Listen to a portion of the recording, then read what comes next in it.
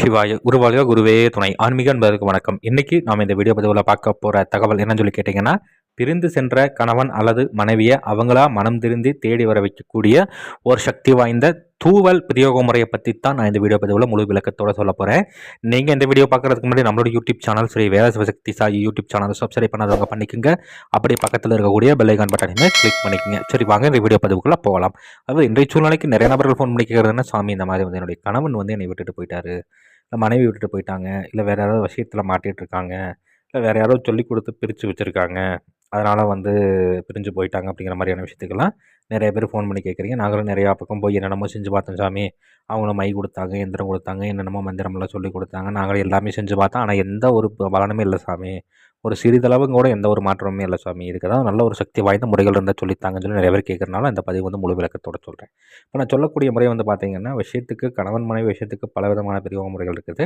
அதில் இது வந்து பார்த்தீங்கன்னா தூவல் முறை சொல்லி சித்தநூல்களில் குறிப்பிடப்பட்டிருக்கு. சரிங்களா? இது எப்படி பண்ணணும் என்ன அப்படின்னு சொல்லி பார்த்தோம்னா, செய்யறதுக்கு 8 நாள் எப்போ அப்படின்னு சொல்லி கேட்டிங்கன்னா, கிரகண நேரத்தில் பண்ணலாம். இல்லைனாக்கா அமாவாசை நாள் அன்றைக்கி நீங்கள் தாராளமாக பண்ணலாம். இப்போ அந்த அன்றைக்கி என்ன பண்ணணும்னு கேட்டிங்கன்னா, ருத்ர பூமியில் இருக்கக்கூடிய ஒரு துணி மட்டும் நீங்கள் எடுத்துகிட்டு வந்துக்கணும். சரிங்களா? இப்போ வந்து யாராவது வந்துட்டு இப்போது இந்த மாதிரி தவறிட்டாங்கன்னா, அதை வந்து எடுத்துகிட்டு போய் அவங்க வந்து அடக்கம் பண்ணுறதுக்கு முன்னாடி அவங்க பயன்படுத்தின துணி, சரிங்களா, கடைசியாக வைத்திருந்த துணியை வந்து அவங்க வந்து ருத்ர பூமியில் எரிஞ்சிட்டு வந்துடுவாங்க. அந்த துணி மட்டும் ஒரு சின்ன அளவில், ஒரு 1க்கு 1 அளவில் இருக்கிற மாதிரி நீங்கள் பார்த்து எடுத்துகிட்டு வந்துட்டு, நீங்கள் முறையாக வந்து என்ன வேணும்னு கேட்டிங்கன்னா, ஒரு கரித்துண்டு, சரிங்களா, கரித்துண்டில் வந்து நான் இந்த வீடியோவில் ஒரு எந்திரம் ஒன்று கொடுத்துருக்கிறேன். இந்த எந்திரத்தை வந்து வரைஞ்சிட்டு இதில் வந்து என்ன வேணும் அப்படின்னு சொல்லி கேட்டிங்கன்னா, சம்மந்தப்பட்ட நபர்களுடைய பெயரையும் வந்து அதில் வந்து குறிப்பிட்டிருந்தேன். சரிங்களா?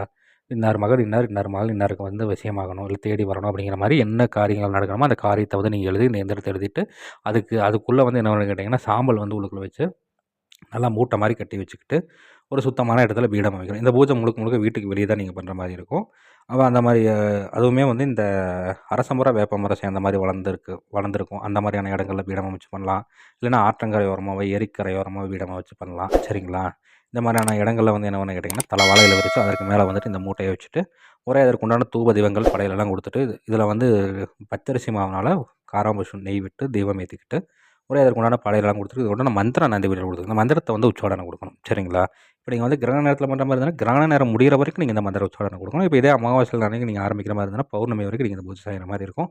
அந்த மாதிரி பூஜைகள் செய்து ஒரு ஆணைக்கன் பட்ட சட்டிக்குள்ளே வந்துட்டு அந்த மூட்டை எடுத்து வச்சு, நீங்கள் என்ன பண்ணு கேட்டிங்கன்னா, இதை வந்து ஒரு பச்சை கற்பூரமெல்லாம் போட்டு நல்லா வந்து எரிச்சிடணும். யாரும் பார்க்காத மாதிரி, சரிங்களா, பார்க்காத மாதிரி அப்படி எடுத்துகிட்டு போய் நல்லா எரித்து முறையாக வந்து அதை நல்லா சாம்பல் பண்ணி, அந்த சாம்பலை எடுத்து வச்சுக்கிட்டு, இதை வந்து என்ன பண்ணு கேட்டிங்கன்னா, பிரிஞ்சு போனவங்க உங்களுடைய கணவனோ அல்லது மனைவியோ, சரிங்களா, அவங்களுடைய எல்லைக்கு உட்பட்ட பகுதியில் இப்போ முடிஞ்சால் அவங்க வீட்டு வாசலில் தூவ முடிஞ்சுன்னா தூக்கலாம்.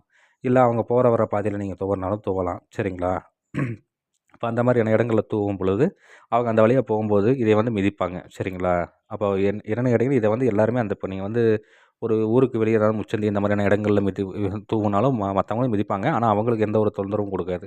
ஏன்னு கேட்டிங்கன்னா, இப்போ சம்மந்தப்பட்ட நபருடைய பெயரை சொல்லி நீங்கள் உச்சாடனம் கொடுத்தனால அவங்களுக்கு மட்டும்தான் வந்து அவங்களுடைய மனசை வந்து மாற்றும். சரிங்களா? அப்போ அதை வந்து தெரிஞ்சுக்கலாம். அப்போ அந்த மாதிரி வந்து அவங்க அந்த வழியாக போகும்பொழுது அவங்க அவங்க மேலே வந்துட்டு அந்த நீங்கள் ஆவணப்படுத்தி வச்சிருக்கக்கூடிய அந்த தேவதையினுடைய ஆற்றல் வந்து ஏற்பட்டு, அவங்களுடைய மனதை வந்து மாற்றி அதிவிரைவில் மீண்டும் அவங்கள மனம் திருந்தி தேடி வர வச்சிருன்னு சொல்லி சித்திரத்தில் குறிப்பிடப்பட்டிருக்கு.